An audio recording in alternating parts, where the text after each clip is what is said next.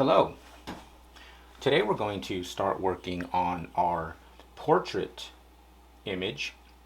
So what we're going to do is grab your 18 by 24 sheet of drawing paper. Always make sure that it is not the newsprint, that it is the good drawing or charcoal paper with a good thickness and a good tooth. And we're going to be working on a vertical format. You're also going to need your 18-inch metal ruler, hopefully with the cork back, and your pencil that we can use. It doesn't have to be a soft pencil. Get a hard pencil. I have the B here, and the B graphite is a nice good hard graphite, and I've sharpened the edge really well because what we're going to do first is just grid out your page. Since we're working on a portrait composition, we want to be able to work with some symmetry. Portrait composition typically means that we have the subject matter centered completely in the center of the page or the working space. And we're going to grid it out because when we work with a portrait or a face or a head, we want some symmetry between one side and the other. And that's going to help us get the eyes, the nose, the jawline, the forehead, all of that symmetrical. Now, of course, I do know that there's various ways to express the head and the face, and we get to do that a little bit later on when we start adding some information based on the identity of who you want to do. But we're going to start off with just some gridding because that's going to help us plan out a proper portrait composition. So what we're going to do first is simply measure out a centered point of our sheet of paper here. We have 18 inches, so I'm just going to mark simply 9 there, just a small mark. Okay, remember your hard pencil should just be used almost as a marker or a mapping out. We don't want to use your HBs or your 6Bs or those drawing pencils that we use typically for shading, because again, we want to be able to get rid of this later on and it not to be part of the image. So you see how I've added 9 inches there. I have an 18-inch wide sheet of paper, so 9 inches is going to be that center, and I'm going to make 3 marks. One in the middle, one at the top, one at the bottom. Okay, if you need more, go right ahead. I'm going to do one extra one there because it's always good to start off as accurately as possible with your gridding. So take your time, enjoy kind of the meditative process of creating a grid. And this is also a helpful tool if you ever want to enlarge an image, such as for a mural on a large wall, or even just on a larger canvas or sheet of paper. You could even do this on the sidewalk outside. So the grid has been used for a long time in order to get a small scale plan. For instance, if I drew this portrait or this image in this scale, I can use this grid system on a 20 by 20 wall or any size of wall. So it's just kind of a way to project something small into a larger area. We're not going to do that, but just to let you know that the grid has been used ever since the Renaissance and the muralists that were working in Mexico during the Mexican Revolution, and even in the 20th century with Diego Rivera, Siqueiros, and Clemente Orozco. So when we look at murals anywhere, Thomas Hart Benton during the Work Progress administration, during the Depression, they all used the grid in order to blow up or expand their image. And that's what we're going to do today. And you can see here how I have 9 inches marked here, and then I'm going to go ahead and go down 9 inches and top 9 inches. As many points as you need to make that nice straight line. Now, we have a 24-inch length here, so we're going to go ahead and split that in two. So I'm going to make a 12-inch line here. Okay, and that 12-inch line, make sure that it is equal on both sides. So after you found your midpoint vertical, okay, what I've done is I'm going to find my midpoint horizontal now. So I have a 24-inch sheet of paper. Sometimes it'll be a little shorter if you have to rip it out of your sketchbook a little differently, such as I have my rip out down here. So it's taken off about 1/2 inch. So I actually have 11 3/4 as a midpoint. So whatever it is that you have to do, but just find that midpoint line, and I have 11 3/4 marked out right here. Okay, and I'm going to move on to this side and do the same thing, 11 3/4. You know, you can just round it to 12 if that's easier for you. Okay, so I have 2 points, and then I'm going to go ahead and line my straight edge up so I can get a good proper midpoint horizon line. And you can see right here how I do have my midpoint measurement, which would be 11 3/4. Again, you can always just round it down to 12. You have a little bit shorter bottom, but again, it all depends on the specific size of your paper, and it's good to be as accurate as possible when you do your grid. Now I have my both of my horizontal and my vertical center points. Next, I want you to go ahead and do your 2-inch grid measurements. So I'm just going to line my straight edge right there. Now, one thing I want to mention is that centimeters are always more accurate and actually a lot easier to use. I'm using inches because of you know, what we're used to here in the United States, but centimeters by far are a superior way of measuring. So I always suggest centimeters, and it's actually a pretty interesting system. It's the oldest system and really the most accurate system. So if you want to use centimeters, that's always a lot better measurement to use, and I actually recommend it. But we'll stick with inches in this demonstration. So I'm going to go ahead now and measure down every 2 inches a point, 2, 4, 6, 8, 10, okay, and 12. I'm going to go ahead and do the same thing right in the center of this rectangle here. All right, make sure I have everything even. One more time, 2, 4, 6, 8, 10, and 12.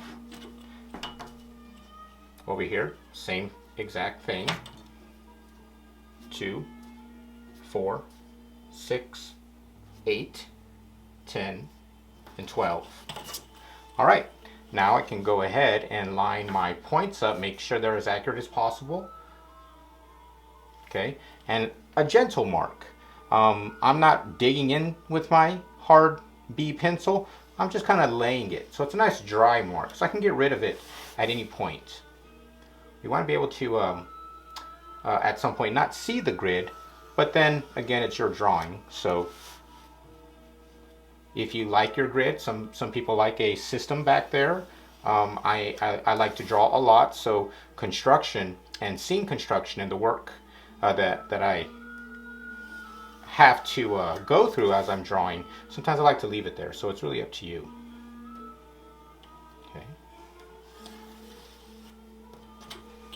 And there we have the top half with our rows, all 2 inches, and then we'll move on all the way down. So what I've done next is started from the bottom. I've zoomed in so you can see how I've marked 2, 4, 6, all the way continuing up to the center. Now remember that my paper was a little bit off of 12 inches. It was 11 3/4. So you see when I get to the top, I have this bar area right here that is from the centered or the off centering, and don't worry about that. Try to get it as centered as possible. This might be interesting. Again, remember, you can round out your measurement to 12 inches. I like to be a little more accurate, and I like to do these kind of systems of grids with measurements because I like to see what happens. I'm kind of into that sort of thing, but you don't have to worry about that issue here. You see how I have 12 and the midpoint is actually right there, but I'm going to use that and you'll see how that's going to look. But of course, remember, you can go ahead and do what you need to do in order to get that grid as accurate as possible. Okay, moving on to the next side here of the rectangle. And I've lined it up with my dots here at the top. So I'm going to mark 2, 4, 6, 8, 10, and again up here, my 12. Again, I do have that space here that I'm going to live with. Okay, I'm going to move over here to this side, do the same thing.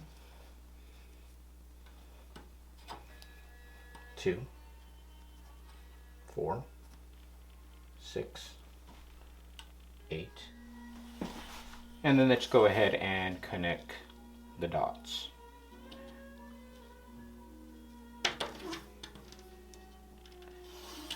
Again, do not make your line too aggressive or too dark. Just glide it at a pretty steep angle.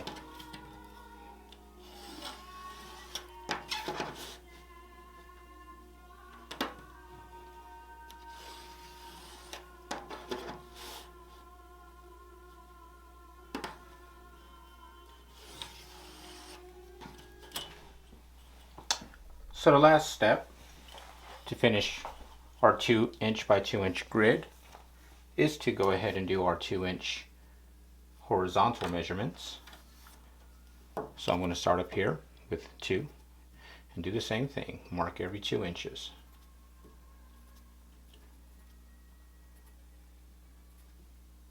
I'm going to come down here to the center. 4, 6, 8, 10, 12, 14, 16, and 18 is at end. And go ahead and do the bottom as well.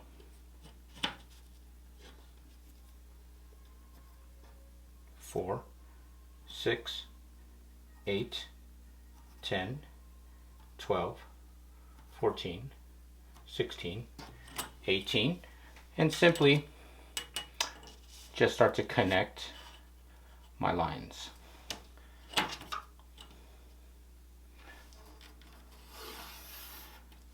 Going towards the center, bring that ruler down. Again, do not make too aggressive of a mark.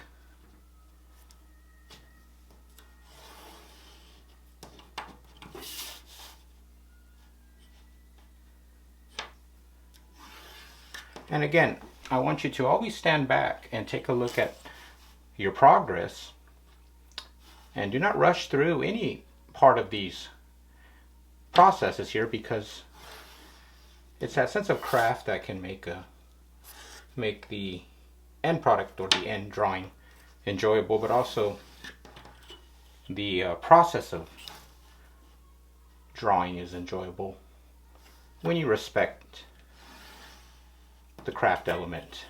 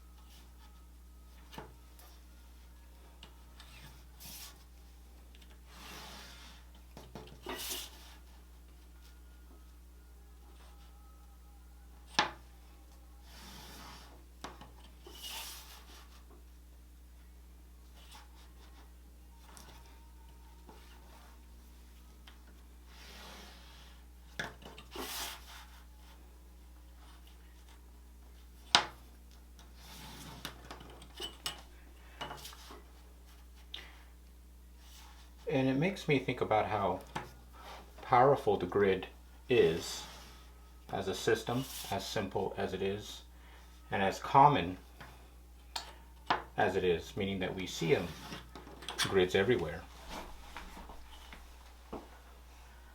And you can see how I've finished. So I'll do a little zoom in here from this angle. And already I'm enjoying just looking at what it is in itself. And you can see how when I have that space in the center here from my measurement to 11 3/4, and still going with that grid 2-inch structure, I'm having an interesting almost center point and horizon line, but it's also in the center as well, where I have this one midpoint, and then it's kind of compressing in.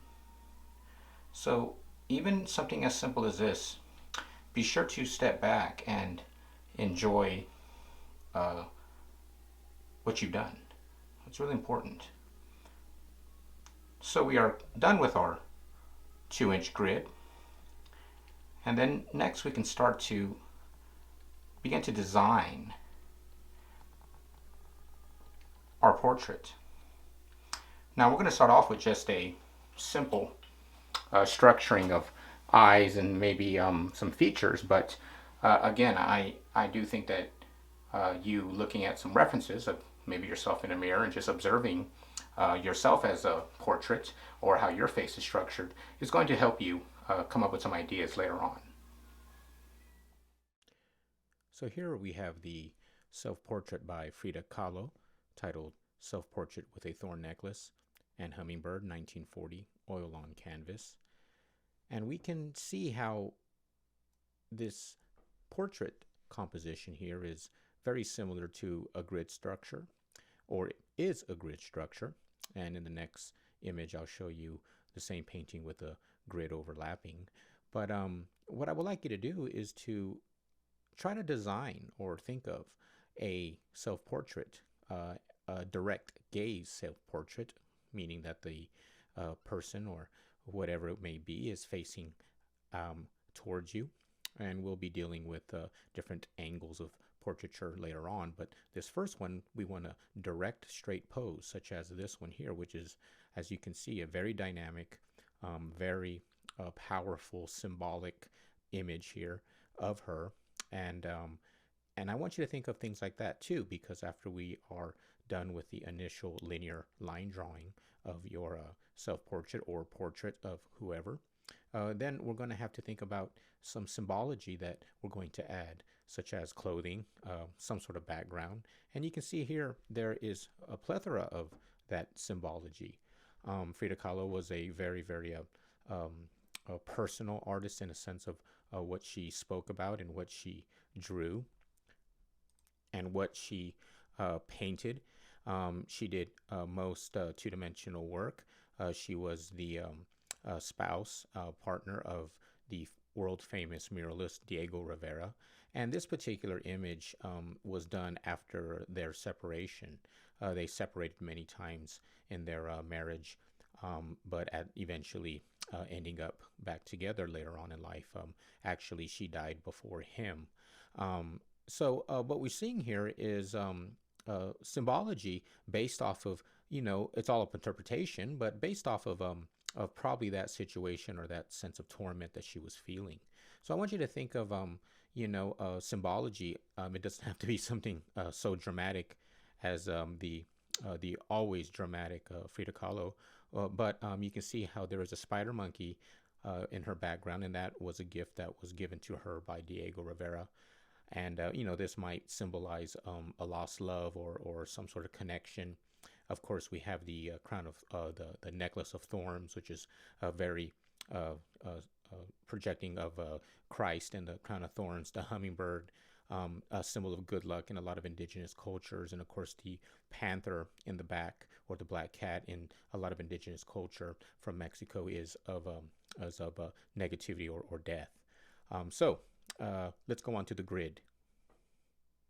And here we have the same painting with a grid over, and you can see how it's pretty much spot on of working with a grid with almost equal spaces, within the 2-inch squares.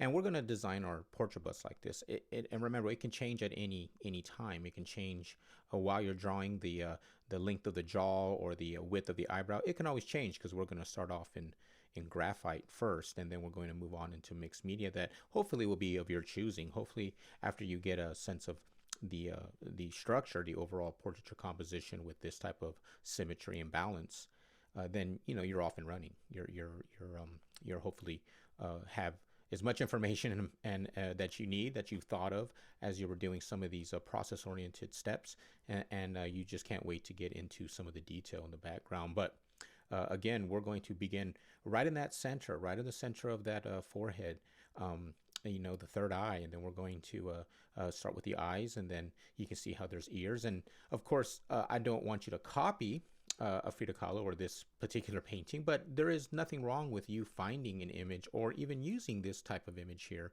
the Frida Kahlo painting, that to begin. Again, it all can be morphed and changed. So if this is something or something that you find similar, or a photograph of yourself or somebody you admire, or a painting that you would look up, find your favorite artist. You can look at Vincent Van Gogh, very of course famous artist, but many portraits that he did of himself and other people. And I can even develop a list that I might put at the end of this slideshow of artists that you might want to think of looking up. But what we're going to do is pay attention to certain examples here. First is look at where the chin and then the forehead are crossing the lines of the squares. What a lot of artists do, they even go even farther. They go half inches and then even a 1/4 inch grid. So, minimum 2-inch grid, but sometimes if you put a half-inch mark in between each one, then you're making obviously 4 squares into one square, and then you can go as far into it. This is very similar to when artists use more complicated compositions that we're going to be doing, the spiral, different types of asymmetric balance. So it all begins with the grid. So and it's a simple form at this point, but as you work and as you use the grid more and more, you can see how complicated it gets. Everything begins structurally that we see around us pretty much with a grid structure. And then we can then develop an equation then to go into the spiral, which just takes us into infinite forms, all the forms of nature.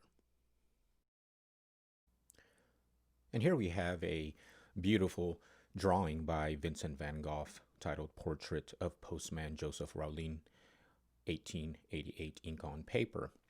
And you can see here where it is your traditional portrait frontal view, but you can see how there's even a grid structure with the textures that he provided the back. And I think that, there's certain things that you can do with your background that's not so overtly symbolic or has the imagery as the previous slide, the Frida Kahlo slide. But in a sense, it still does something. It still creates a dynamic background. It creates a vibration, and it congratulates the line textures and the cross-hatching that made Van Gogh's drawing so famous and his painting so textural. It's what we know when we think of Van Gogh is his expressive textural quality and the way that he used paint almost like one would use clay, layering it up. Some of Van Gogh's paintings are so thick that they stick out a 1/4 inch or half inch off of the canvas. So you can tell he still had that aggressive quality with the ink drawings, and he was very influenced by the Japanese ink masters Hokusai and even the Chinese Zen master ink wash painters. So you can definitely see he's trying to create a hybrid of this European portraiture along with his influence of the Japanese and Eastern masterworks of ink. So, I think that when you think of your portrait, it's not so much that you're doing somebody that's famous or somebody that's well known. It's really about you finding somebody or a pose or a face that has the subtle poetry. And that's where just observing people in general around your own environment is a good way to go if you've never done a portrait before, because you really know that person. If it's your mother, your brother, a good friend, you know the subtleties of their expressions. You know when they're happy and when they're sad without the traditional ways of expressing that to you, because like I said, you know who they are. And that's really what artists capture well, like Van Gogh here and other artists, because it's really about the subtle uh, uh, identity, the subtle characteristics that make that person who they are, that truly creates a good piece of art. And again, the viewer, people like to discover things. So if they've seen imagery and people that, they've been bombarded with in media, it might not be as interesting as somebody that they don't know. It creates a little bit more mysterious quality. And here we have the same drawing with the red grid over. And just to show you that there is a sense of symmetry, that there is some sort of system that can be followed. And even like I mentioned before, the textural grid in the background almost fits exactly with the grid that I've placed over. So again, you know, it is really just a way to get started to try to come up with a system, especially if you're at a block, especially if you don't know who you're doing or what you're doing, and that's completely fine. And honestly, that's another way to go. One would be to, like I said previously, to find somebody that you truly know, somebody around you in your own environment. And second would be to just start with the eyes and a nose and a mouth and a forehead and following the symmetry of the grid line. And then eventually the grid will disappear and you will start to develop or invent somebody. And remember, we can do anything as long as they are based off of the human skull. That is an open field for you to walk around and discover things, and this possibly can turn into somebody with a helmet, somebody that has a futuristic a look to them, a robotic look to them. Again, only parameter that I suggest is to follow the human skull. So in other words, we don't really want to get into animal faces or any type of other species of a skull structure, and we'll be able to do some of that later on.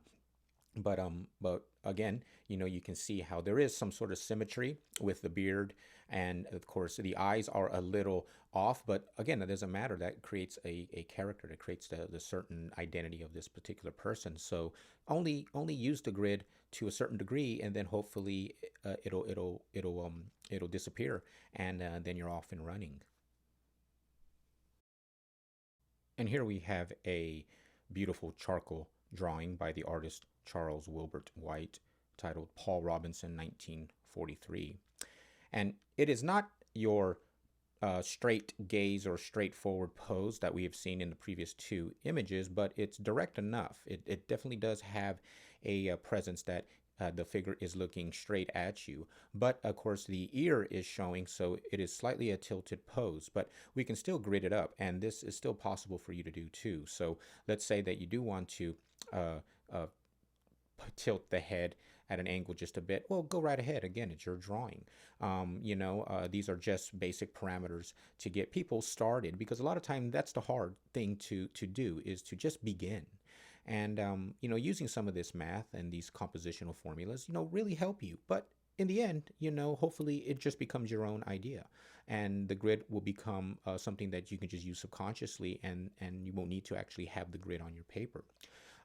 But here we have a beautiful expression, an interesting, subtle expression. The eyes are so powerful, and the way that they are angled and gazing at you, really take you into the thought process of this person.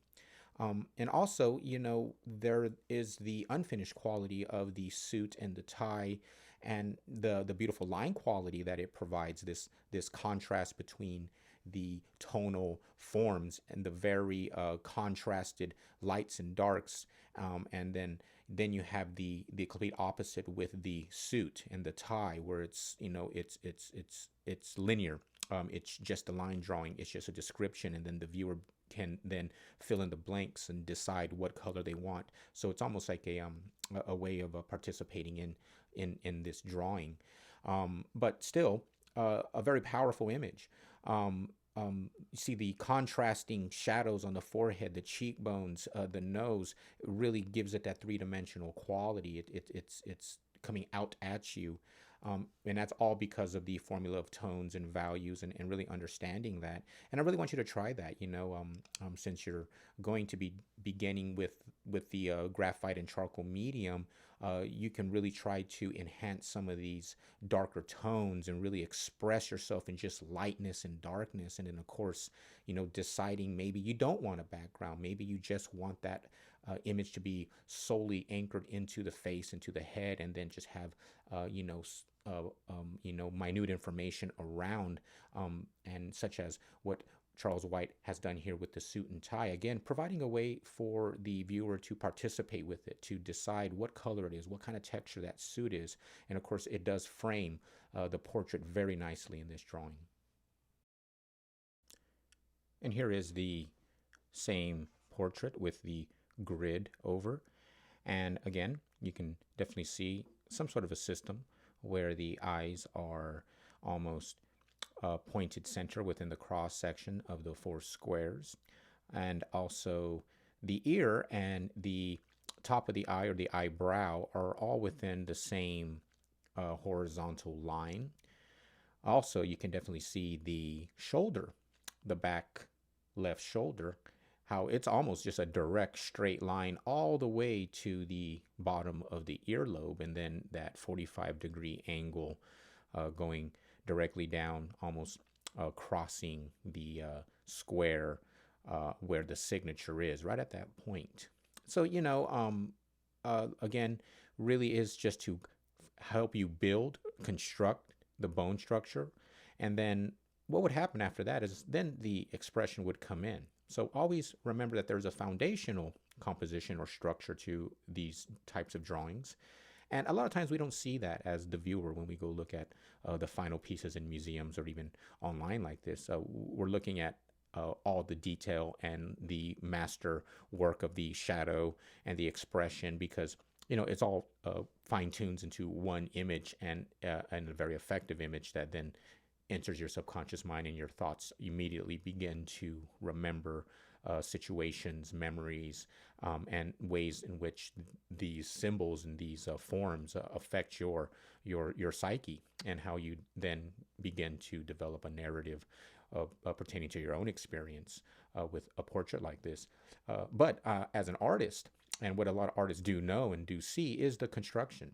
I know artists who have practiced drawing and practiced making art understand that there's a foundation layered below the surface, would be the detail and the textures, and of course the color.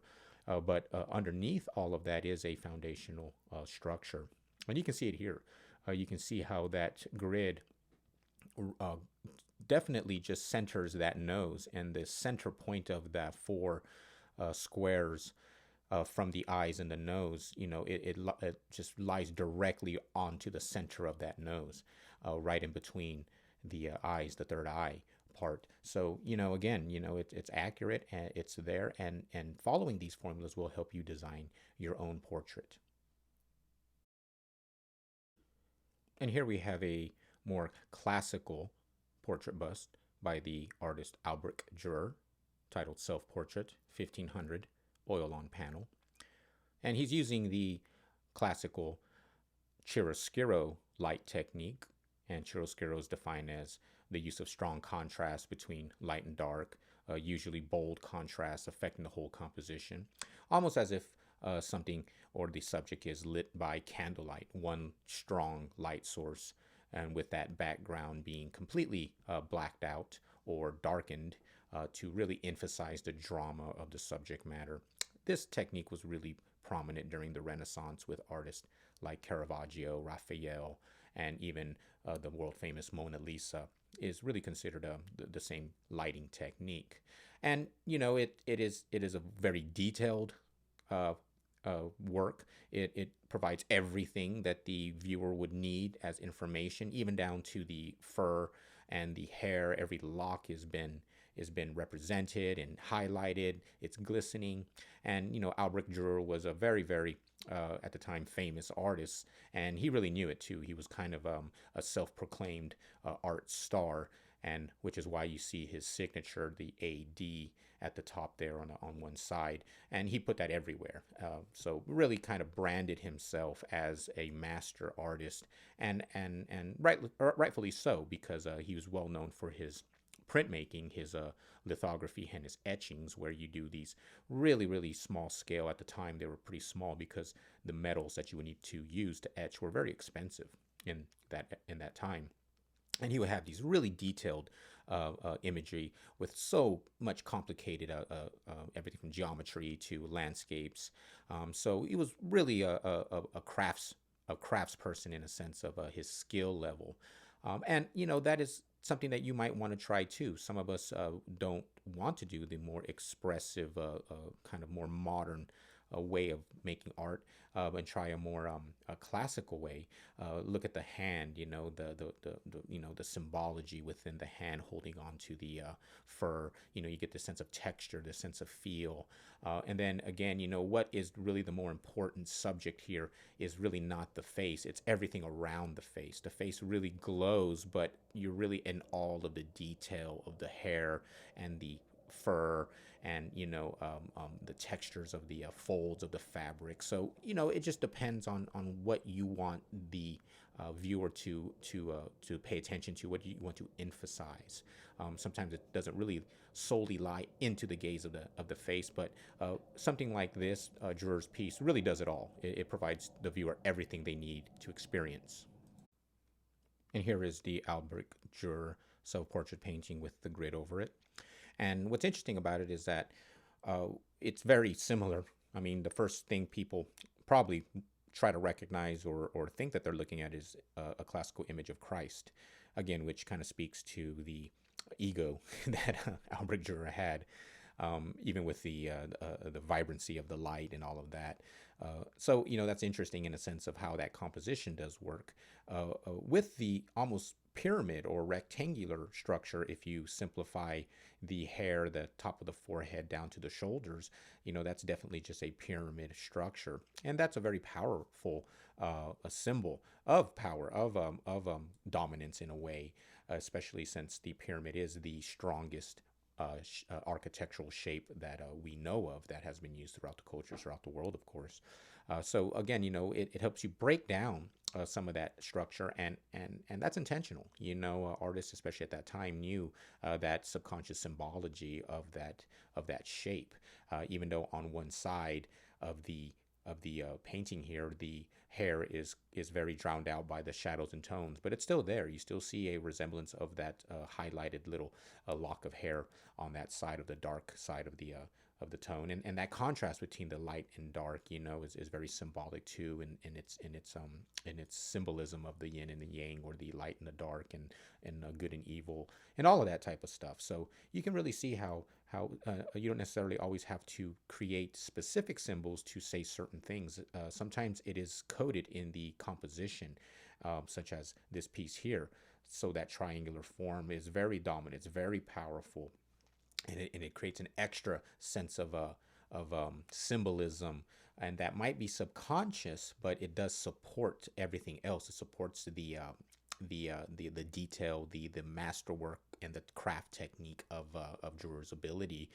So all of that is stacked on top of each other, creating a pretty strong image. It's interesting how the hand, or the fingertip of the hand, is almost right in the center of that center line, going all the way to the nose, the forehead, the lips, the chin, and that finger point there just almost immediately kind of gives you an implied line to even look up to the eye. It's kind of pointing in that direction, even though not specifically pointing towards it. Compositionally, it's aimed right in the center. Again, that's very intentional in a sense of composition, and what the artist is trying to do with the eye of the viewer, how it's controlling the eye of the viewer. And that hand supports the stare so much that it's very effective and very obvious when you add the grid on top of the painting. And this is a drawing by the artist Lucian Freud. Actually, it's an etching, etched on metal. And you can see how it's very similar to the chiaroscuro technique of the Juror piece that we saw previous, and and a combination of that with the Van Gogh drawing of the postman, with the sense of the textural quality on how he's utilized line to build almost like scaffolding of line work, like one would build a large house or something, and that kind of scaffolding of all these lines, creating these textures and angles to almost make these planes, like these metallic planes that create the highlights of the jaw and the cheekbone and the forehead. And then with that, you also have the noise in the background, the textural quality that creates almost this sense of wind or this sense of noise, which is not anything in particular, but it definitely is still an environment that is affecting the viewer and creating some sort of symbology of the environment that this figure is in. Is it a subconscious environment that he's seeing? And especially when you look at the title, that it's a reflection. And we can always take that as just a reflection of him looking in the mirror. He's seeing his reflection and drawing it. Or is he more talking about something more symbolic or metaphorical of a reflection of his emotions or a reflection of his thoughts? And I want you to think about that when you think about a portrait. And that's why I say, draw somebody that you really know, or more importantly, draw yourself, do a self-portrait, because you can play with that type of symbolism through texture, through lights and darks, and to achieve a pretty dramatic and poetic resemblance of yourself that is far from just trying to create yourself in a beautiful state. We do that all the time with selfies and photographs. When you draw, you're doing something else. You're spending so much time on reflection of yourself or a person that you can't help but to create some sense of poetry. So let it flow. Don't worry about the constructs of beauty. And here we have, an interesting construction of just line work and the emptiness of the shoulder, where he decided just to create a gray tone for the shoulders, and that really supports the overall weight of this expression of this. You have the smoothness of the shoulders, holding up almost like a pedestal. The metallic heaviness, the iron quality of that face. The experience of that face, and then of course the eyes are darkened out, probably because of the shadowing, but it also creates a sense of weight. The sinking in of that weight, and it's just submerging into the shoulders, all creating a very interesting, a very poetic, and a very strong self-portrait. And with the grid on top of that, you can still see that there is some sort of a system that's been structured and followed, very similar to all the other ones we've seen. We have the center line touching right on the center part of that nose and the chin, and then of course the V-necking of that sweater or whatever he's wearing, the robe, that is creating again a sense of that sinking of the overall weight of that expression downward towards the upside down triangle. And then, of course, the direction of the texture of the neck, the sinewyiness of the neck structure, the veins or the muscle tones, or the skin, the way it's kind of sagging down. All that's creating this kind of vertical downward positioning of that triangle. And so, creating an interesting composition. All that is doing or adding more poetry and meaning to this construction. And also, if you look at the structure of the background with the grid, you can definitely pay attention more to the directional texture of that line work, where it's leading you off into a space off the frame, and it's kind of waving a little bit on the other side of the shoulders there. And with the grid, you can segment it out. You can really see how the plan of directing this texture in the background creates, again, that environment of emotional symbolism, or whatever you would want to call it. But again, pretty simple. Here we have some sort of symmetry happening here. It's a little altered, again, because the grid is just a way to begin the map and to help you guide some proportional parameters. Even though these figures here are a little altered, because if you look at Lucian Freud's work, he alters the figure, but you still have to consider proportions. Things should be somewhat correct, and because if things are completely incorrect, then you're going into another direction. You're going into more abstraction, and we're trying to keep the sense of the figure still intact in a sense of anatomy. So you can play with that anatomy, but don't go too far. Utilize the grid still, utilize the symmetry, and you'll still get a sense of proper proportions, which means proper size scale relationships, but still allowing yourself the ability to utilize some alteration to create some sort of expression or symbolism. And the last example I have here is a painting slash drawing. He did both. Was primarily a sculptor, but is of Alberto Giacometti's Head of Diego 1961. And I do believe this is probably oil on canvas with maybe some mixed media charcoal. But you can see here a very different expression of the head. And Alberto Giacometti was known and famous for altering and distorting the human figure and the head into these kind of really narrowed, almost compressed inward portraits with a lot of texture. Like I said, he was primarily a sculptor, so you can always get his name on Google and see what I'm talking about. But it's just another example on how far some artists take the concept of the portrait, the head, the gaze, the stare, and of course texture. What is interesting about Giacometti's work is that it is so compressed in a way formally, and the way that he's used the shadows, the tones, and in the textural line, aggressive quality of the face.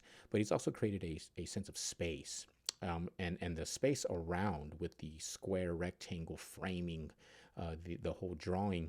Adds, almost a sense of anxiety to the environment that he's created.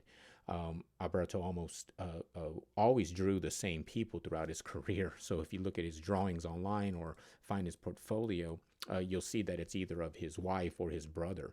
And this went on for a good probably 30-year period. So there was a sense of not really the identity of the person that he was trying to draw. It was more so trying to grab the essence or the condition of just the human in general. Even though his brother probably had these features, when you look at the other portraits, it's the same stare, it's the same gaze. And with art like this, we have to take into account where the artist came from. He was Italian and primarily grew up during the effects of World War II and World War One. So, it probably was a statement towards a post-traumatic stress disorder, and this way of trying to understand the human condition, even when seeing the horrors that was happening around Europe at the time. So it makes sense after you get in a historical context. And here is that Giacometti drawing with the grid overlapping.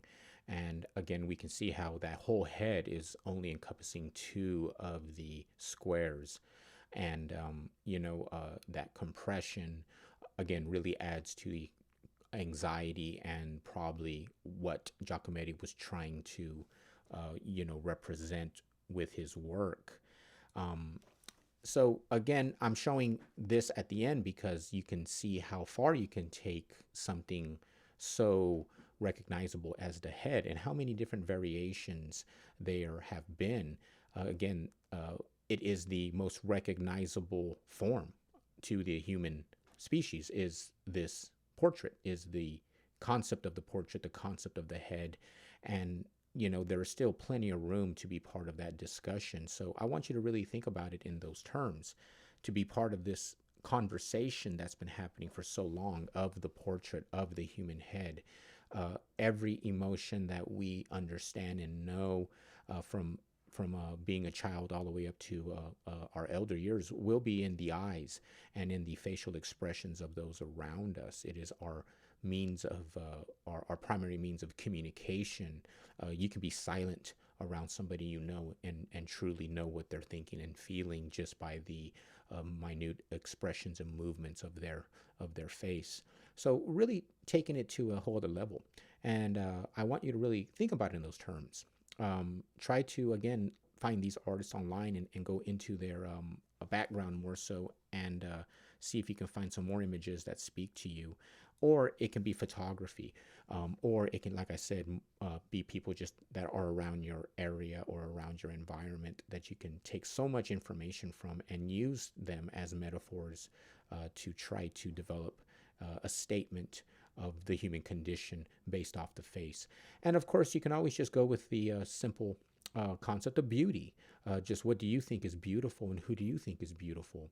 Hopefully, I've given you some examples here that really broaden and stretch out that concept of what beauty is. Beauty is not always what we have been told it is through media and constructs of culture, but more so how it speaks to us personally, what forms speak to us personally, what expressions speak to us personally.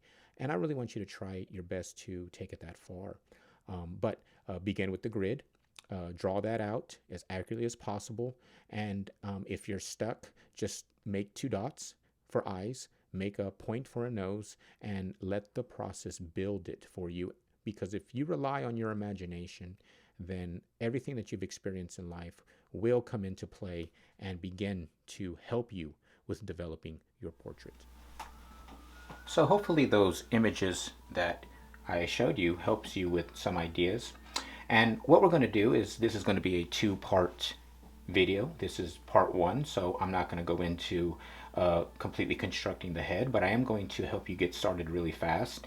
And then hopefully with video, or the second video that I'm going to be making, you'll be able to get some more ideas. But I think first is to make your grid as clean as possible, and then look at those images again, try to think about some portraits that you would like, do some sketchbook practices, some overviews and some ideas that you might want to approach before you start designing on your grid. But all I've done so far is, and what I want you to do is just to, find that central point. I've decided that I want 2 squares for the space on the top of the head, and all I've done is I've started in one area and I've just created 2 arches here, or 2 curve forms, just to kind of give me a reference of the top of the head. And you see how I'm holding on to my pencil. Again, very important that we're not trying to do a writing technique. We're definitely trying to do a drawing technique. And then I'm going to go ahead and keep it symmetrical. See how I'm keeping my knuckle, my pinky knuckle, in the center here, and I can go ahead and just see the space that I'm or the shape that I'm making. I have about a 1/4 inch there. I'm gonna do the same thing over here, and that'll just help you kind of construct a simple outline of the area of the head. And the width, of course, you can go narrower, you can go wider, depending on what you're going to do. And I'm going to continue down. And you see how I'm using that grid to create that symmetry, so the space I have in between here and here, is similar. I'm going to go ahead and decide on where my chin is going to be. Remember, I can go in between, so I have a square here. I'm going to make a line down there for the bottom of my chin. All this can change later on, but again, it's going to be good for you to just, have some guide first. And then I got this corner here. I'm going to see if I can make a diagonal line from that point there. I'm going to use the same point over here, okay, to make a diagonal line. Again, I want you to think about the structure of the jaw, okay? And then I can go ahead and just meet that line down there. Now, I've already was conscious before I started of where my eyes would be, okay?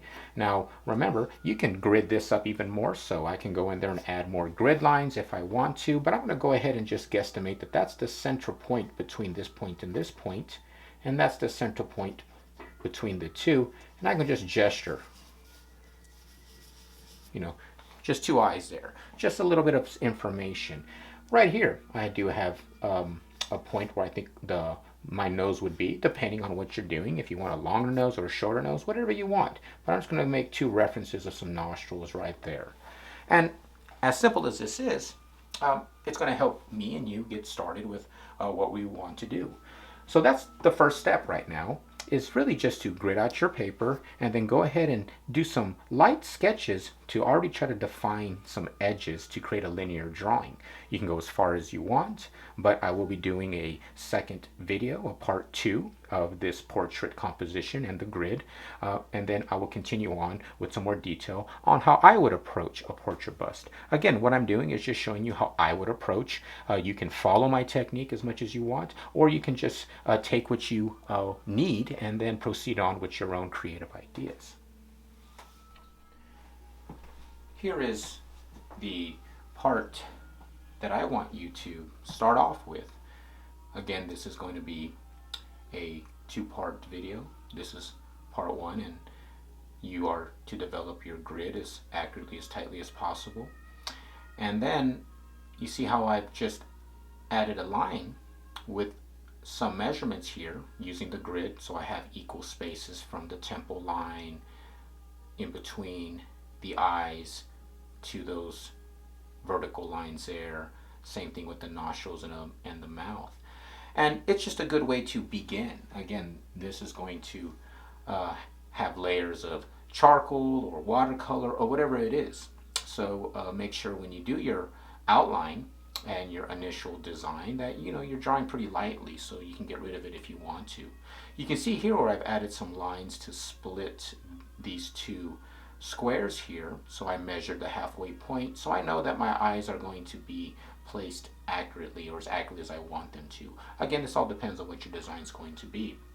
But I would like you to use the grid at some point, or to some extent, so you start to understand that sense of symmetry and balance.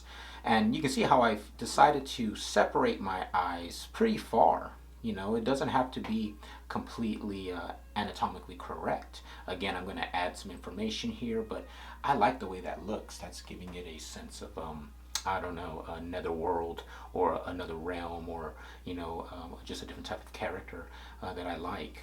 And people look all different ways. There's no one generic bone structure. There is no one generic way of looking. We are humans. There are billions of us, and throughout the history of time, there has been trillions of us. So there's no wrong answer. But I do want you to try to follow a system, and this is a good way to get you started. And hopefully, as you go along with this process, you see how I've just added a simple mouth here using some of the measurements here at that point. From that point to that point, it's accurate, it's centered, it's symmetrical, and I'm already developing ideas on some possibilities of what I would like this to look like. So again, let the process guide you through, and you will find it. And here's a zoom in, just so you can see how it looks close up. Again, if you follow the process, something interesting will develop. Trust your instincts, trust your ability to focus and use this grid system. And as you can see, I'm already developing an interesting identity.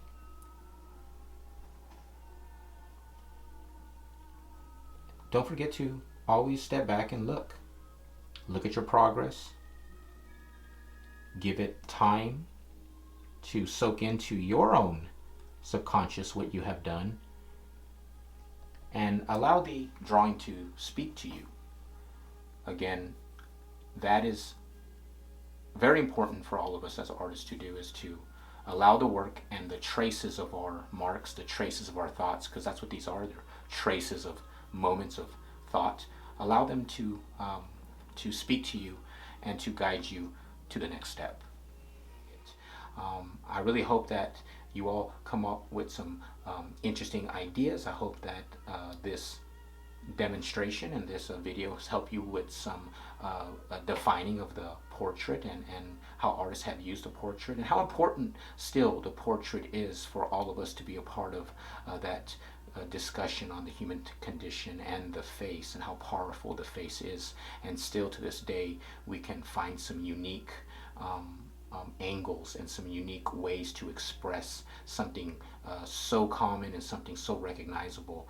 So I hope you have a good time, and I do look forward to seeing some of the outcomes. Thank you very much.